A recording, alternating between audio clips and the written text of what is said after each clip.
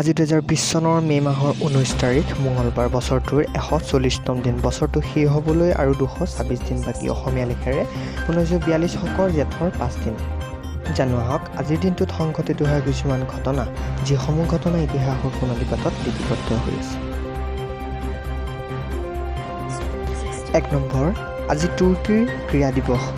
2 number আজি বিশ্ব hepatitis দিৱস। 3 number 1910 চনৰ আজিৰ দিনটোতেই মহাত্মা গান্ধীৰ হত্যাকাৰী নাথুৰাম গডছেৰ জন্ম। 4 নম্বৰ 1913 চনৰ আজিৰ দিনটোতেই ভাৰতৰ 6ঠগৰাকী ৰাষ্ট্ৰপতি নীলম সঞ্জীৱ ৰেড্ডীৰ জন্ম।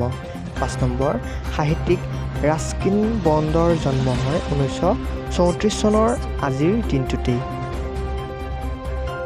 6 নম্বৰ 1995 চনৰ আজিৰ এই দিনটোতেই কংগ্ৰেছ আইডলৰ বিভাজন। 7 নম্বৰ নাট্যকাৰ চলচ্চিত্ৰ নিৰ্মাতা গিৰীশ কাৰ্নাডৰ জন্ম হয় 1838 চনৰ আজিৰ এই দিনটোতেই। 8 নম্বৰ 2006 চনৰ আজিৰ দিনটোতেই দ্বিতীয়বাৰৰ বাবে তৰুণ গগৈ অসমৰ মুখ্যমন্ত্ৰী হিচাপে কাৰ্যভাৰ গ্ৰহণ। 9 নম্বৰ 2008 চনৰ অভিশপ্ত আজিৰ দিনটোতেই বিখ্যাত নাট্যকাৰ বিজয় তেণ্ডুলকাৰৰ মৃত্যু।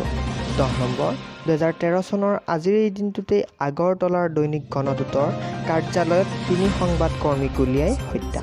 11 নম্বৰ 2016 চনৰ আজিৰ দিনটোতেই অসম বিধানসভাৰ নিৰ্বাচনত শাসক কংগ্ৰেছ দল পৰাজিত। 12 নম্বৰ 2016 চনত অসমত বিজেপি নেতৃত্বাধীন NDA, পশ্চিমবংগত তৃণমূল কংগ্ৰেছ, কেৰালাত বাওঁ মৰ্চা, তামিলনাডুত AIDMK আৰু পণ্ডুচেৰীত কংগ্ৰেছ দলৰ চৰকাৰ গঠন হয় আজিৰ দিনটোতেই। আজিৰ ভিডিঅ'টো ইমানেই। ধন্যবাদ।